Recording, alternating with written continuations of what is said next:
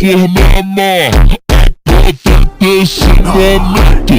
Você Cheiro de milho.